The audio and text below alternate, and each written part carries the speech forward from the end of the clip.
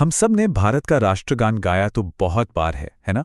School की assembly हो या फिर सिनेमा हॉल, इसकी धुन तो जैसे हमारे जहन में बस चुकी है। लेकिन क्या कभी हमने सच में रुककर सोचा है कि इसके शब्दों का असली मतलब क्या है? तो चलिए आज इसी सफर पर निकलते हैं, जनगण मन के हर एक शब्द की गहराई को समझते हैं और देखते हैं कि ये गान हमें अपने देश के बारे में क्या बताता है। गान की शुरुआत, वाह क्या दमदार पंक्तियां हैं। ये सिर्फ शब्द नहीं है ना, ये तो एक पुकार है, एक जयघोष है। पर सवाल ये उठता है कि ये पुकार आखिर है किसके लिए? कौन है वो जिससे अधिनायक और भारत भाग्य विधाता कहा जा रहा है? यही वो सवाल है जहां से हमारी ये पूरी पड़ताल शुरू होती है। अच्छा, अब इसके एक एक हिस्से को समझने से पहले ये बहुत जरूरी है कि हम पूरी तस्वीर एक साथ देखें। तो चलिए इस विश्लेषण में उतरने से पहले एक बार पूरे राष्ट्रगान को सुनते हैं और महसूस करते हैं।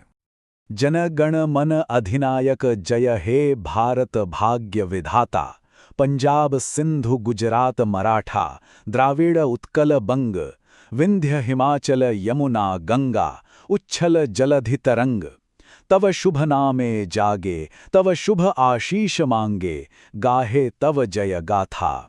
जनगण मंगलदायक जय हे भारत भाग्य विधाता, जय हे जय हे जय हे जय जय जय जय हे।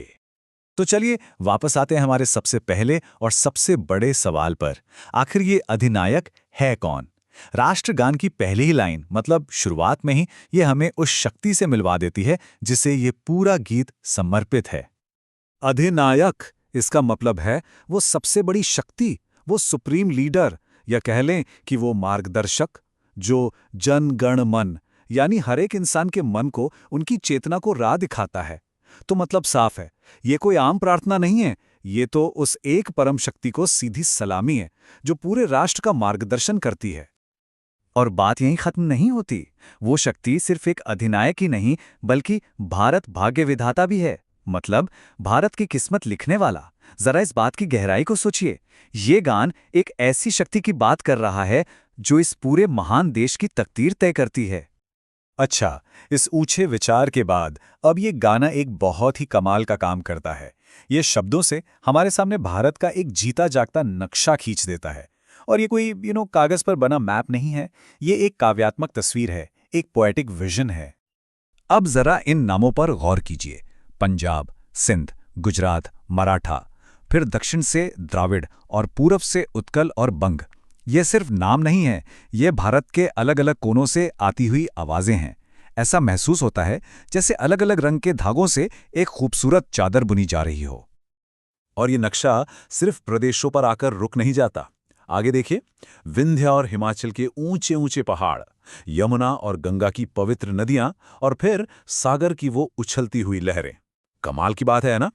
बस कुछ ही शब्दों में जैसे पूरा का पूरा भारतीय उपमहाद्वीप हमारे सामने सांस लेने लगता है। तो यहाँ समझने वाली बात यह है कि ये सिर्फ जगहों की एक लिस्ट नहीं है। नहीं, ये एक विजन है, एक बहुत बड़ा कैनवस है जिस पर एक ऐसे भारत की तस्वीर बनाई गई है जो अपनी जमीन से, अपने पहाड़ों से, अपनी नदियों से पूरी तरह एक है, जुड़ा हुआ है। तो भारत की इस भौगोलिक तस्वीर को बनाने के बाद गान का फोकस अब बदलता है। अब बात जमीन से हटकर लोगों के मन की ओर जाती है। अब हम देखेंगे कि लोगों का उस सर्वोच्च शक्ति के साथ कैसा जुड़ाव है। तवा शुभ नामे जागे, इसका मतलब है हम आपके शुभ नाम के साथ जागते हैं। और ये सिर्फ सुबह की नींद से जागना नहीं है, नहीं, ये असल में पूरे देश की चेतना का, उसके कॉन्शियसनेस का जागना है। ये एक नई सुबह है, एक नई शुरुआत का संकेत है। जागने के बाद क्या होता है? तब शुभ आशीष मांगे।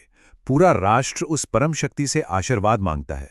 और बस इसी पल में ये गीत एक गहरी प्रार्थना बन जाता है, एक ऐसी प्रार्थना जिसमें उम्मीद भी है और समर्पण भी। और फिर इस प्रार्थना का नतीजा क्या निकलता है? एक उत्सव, गाहें तव जय गाथा। सब मिलकर उस शक्ति की जीत के गीत गाते हैं, उसकी जय जयकार करते हैं। ये जो पूरा क्रम है ना, पहले जागना, फिर प्रार्थना करना और फिर जश्न मनाना, कितना सुंदर है ये। और ये जश्न, ये उत्सव अब अपने चरम पर पहुंचता है गान के आखिरी और शायद सबसे शक्तिशाली हिस्से में, जो किसी विजय ऐलान से कम नहीं है। जन गण मंगलदायक जय हे।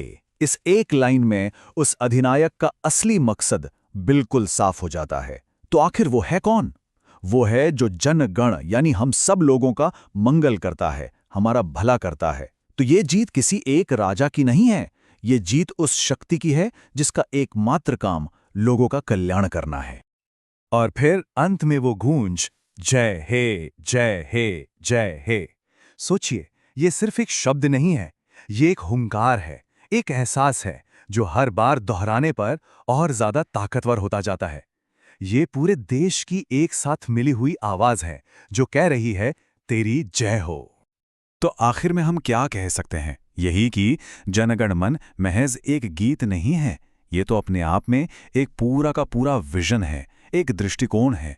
ये हमें एक ऐसे भारत की कहानी सुनाता है जो अपनी विविधताओं के बावजूद एक विश्वास के धागे से बंधा हुआ है। एक ऐसा देश जो एक साथ जागता है, एक साथ आशीर्वाद मांगता है और फिर एक साथ मिलकर अपनी जीत का जश्न भी मनाता है। ये सिर्फ एक गीत नहीं, ये भारत की आत्मा की आवाज है।